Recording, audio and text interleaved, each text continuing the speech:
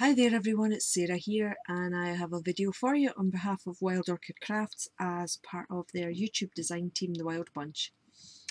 And today I have some little boxes to share with you. These were craft boxes that I'd bought from a local scrapbooking store and I altered them. Some have been painted, some have been papered, some have been painted and papered, and then they've all been embellished. So I'll take you through the ones that I have made.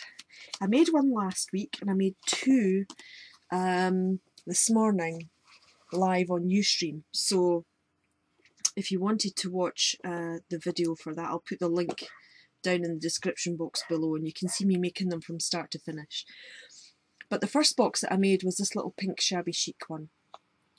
What I've done is I took the box and I just painted it in pink lemonade acrylic paint from who's that from again? From Folk Art, and then I edged it in pink chalk ink just around all the edges. And really it's just the lid that's been decorated on this box.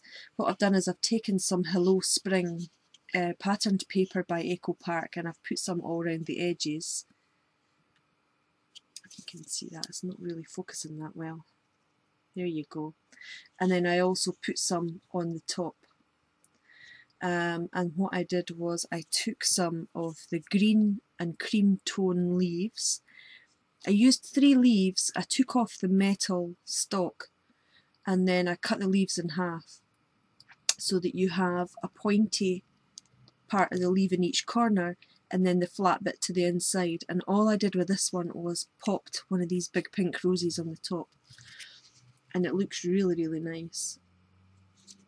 And then what I did was I used some of the 4mm ivory flatback pearl and I edged all around the outside edge, and then I took some pale pink pearls and I stuck those around the inside part of the leaf. So that was the first box, a nice little Shabby Chic trinket box. And what I had in mind for this one was I had made a little pincushion and I thought that that would fit in there perfectly, so that it would be a nice gift box to give someone a homemade pincushion, and the lid just goes on the top. So that's just a little gift idea for you. So that's the first one. Let's pop that over there. The second one that I made, I'll go through this one. This is actually the third one that I made, but it's similar to this other box. That was the actual colour of the box before I started. And I've left it in the craft colour. I didn't paint this one out. I just papered this one. So I used some K & Company Sweet Nectar patterned paper, and this was just from the 6x6 pad, and you can see it's got a little bit of a shine to it. It's actually cream and green, this paper. So I papered the bottom and papered the sides. I didn't ink the edges, I've just left the craft colour showing through. And then to decorate the lid, what I did was I used some cream cardstock just to break it up a little bit between the top and the bottom, rather than all being this solid patterned colour.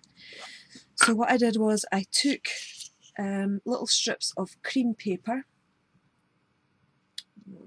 Is it going? There we go. And I edged them in laurel leaf ink. I punched out tiny little hearts out of the scrap bit of patterned paper that was left after I'd cut out the hexagon shape. And I used some of the little green rhinestones. There's a bit of hot glue there. So each side is the same. It's got 2 rhinestones and a heart.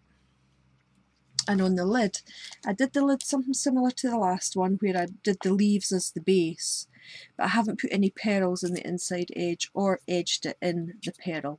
I've just left this one plain. We've got one of the large cream ivory rosebuds for the centre flower, and what I've done is I have flanked it with a green tone cherry blossoms and there's 5 of those going around the outside edge. So that's that one. Put that to the side. And then the last one that I did, this was a square box. It's not a square box, it's a rectangle. And this started off as a craft colour as well, but what I did with this one was I painted it in acrylic paint, and the colour I used was called Storm Cloud. It's a kind of a neutral kind of beigey colour. And then I edged all the corners and edges in frayed burlap.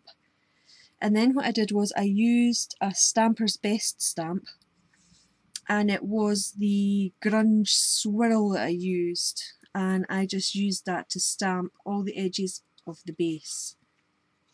And it turned out quite nice, and I've left the inside just plain, but I did ink around the inside edge. So that's the top, the bottom, sorry.